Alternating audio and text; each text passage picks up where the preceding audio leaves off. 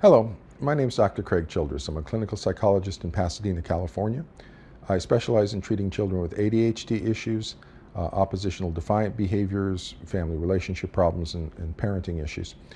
And today I'm going to talk with you about how to treat the child with ADHD using dietary approaches.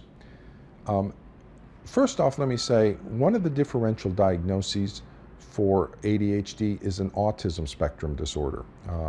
Oftentimes it's classified around an Asperger's kinds of issues.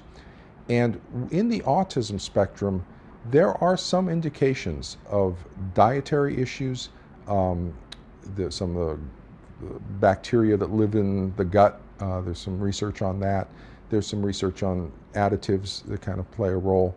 And so that's an interesting domain to look at from an autism perspective.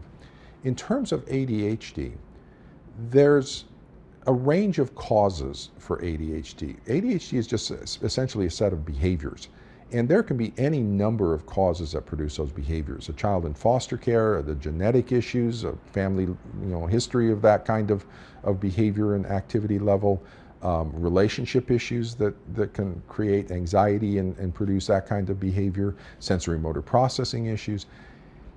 Among those, potentially, is some indication that dietary additives or dietary factors like sugar can play a role in inducing hyperactivity or inattention problems.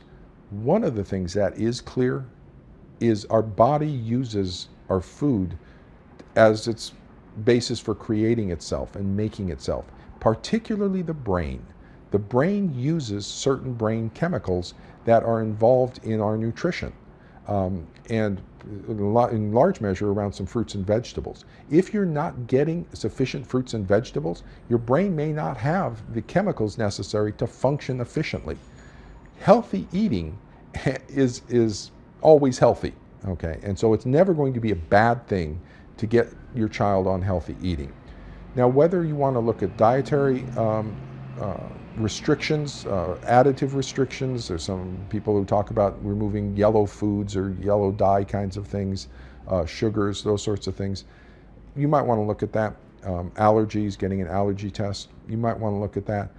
I'm not horribly optimistic that that's going to be very effective for a number of kids. I think that for most kids it's a different range of things, but for some kids it could well be effective or helpful.